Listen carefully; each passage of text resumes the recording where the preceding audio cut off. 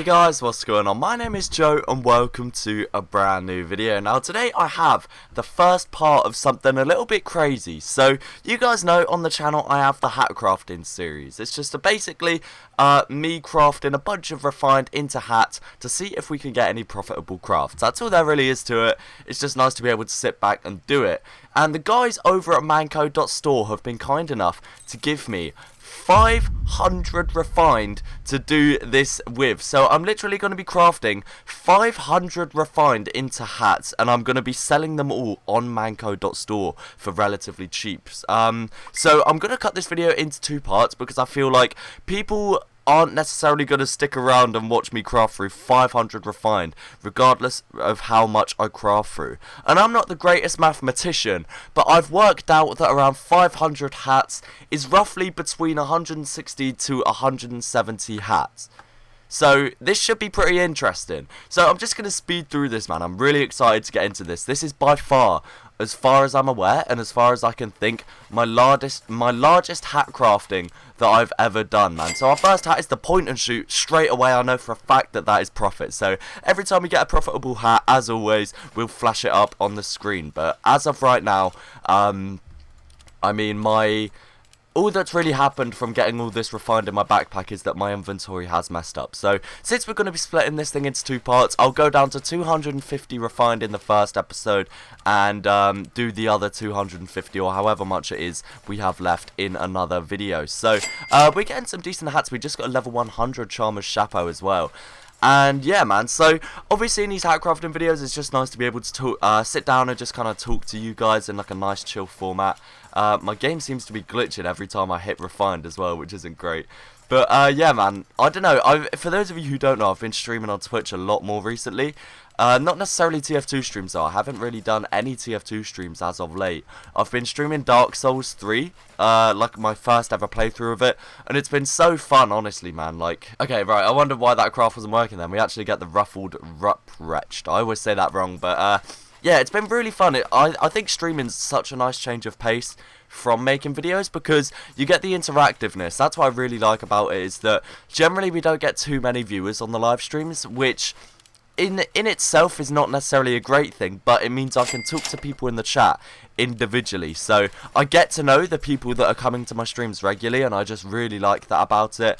And I just don't know, man, I've streamed in the past week. I streamed 6 days, which has been really good. Along with making videos, I'm honestly quite proud of myself, man, because, you know, it's a lot of work to stream and make videos, but I'm just really proud of myself that I've been able to do that. And if you guys could go and check out my Twitch, I recently just hit 1.5k followers on there, which is awesome. But if you guys want to go and check that out, that would be very much appreciated. We've actually burnt, oh, that's a cool cosmetic. We've actually burned through about 50 refined already, and we're 3 minutes into the video, so we are absolutely speeding through this refine, man. Normally, it takes about between 5 and 10 minutes to get through 100 if I'm taking a look at the hats we're crafting. But if I get something that I think is profitable, I'll just say, oh, that's probably profit, and move on. But yeah, I don't know, it's just a really fun way of doing this. And obviously, huge shout out to the people over at manco.store for nicing me with 500 refined. And it's crazy to think about that 500 refined back in the day would have cost you a stupid amount of keys. Like, back when I started trading, keys were about 7 refined, and I don't want to be one of those back in my day type guys, but if keys were 7 refined and you wanted to get 500 refined, wait, yeah, for some reason my brain went blank. If keys were 7 refined and keys were 500, you would have needed so many keys, but now it's like around 10 keys for 500 refined, which is just crazy for me to think about. You know, 10 keys gets you 500 refined. Like, you could literally buy any cosmetic you ever wanted for like 2 keys. You could get 100 refined for 2 keys, which is just so mad for me to think about, because even when cosmetics were like 1 or 2 ref, you could still only buy about 7 of them with a key.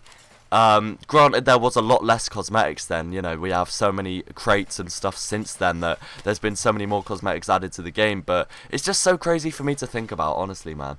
And I mean, we're just seeing from this hat crafting video, I don't think we've had any duplicates left yet, and we're actually getting so many nice items, man. What I want to start doing in these hat crafting videos is like taking comments and reading them and like giving my response to them. So almost like a mini Q&A for every time we do a hat crafting video.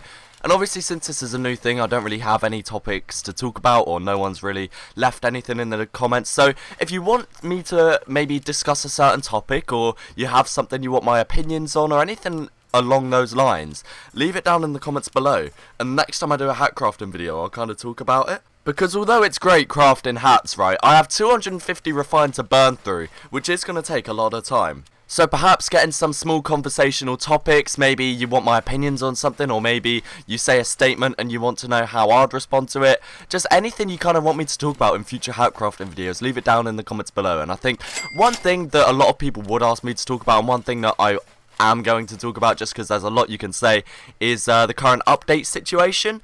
So I just kind of want to give my kind of thoughts on it, what the future of Team Fortress 2 is and stuff. So my opinions on the kind of update situation is that obviously it's been around 2 years since we've had a proper major update. A lot of people would argue we've had Scream Fortress and stuff like that, but a full major update with things added, like major changes to things in the game, mechanics of the game, even like the casual matchmaking system and stuff, it's been a hot second is what I'm getting at, right? And I don't want to say it because, if you say it, it kind of becomes a possibility, but I feel like if Valve release a big update soon, it may be their last, in the sense that, the game's going on, it's 12 years old, and they might just realise that it's been so long, and they don't really see the point in investing time into it. And that would suck, but what would be the future after that, What would be people's response to if Valve just suddenly shut down the servers? I don't think it's likely to happen, but if Valve were just like, yeah, we can't be arsed with the game anymore, we'll do bug fixes every so often, but no more major updates, what would the community's response be? Do you think people would carry on playing?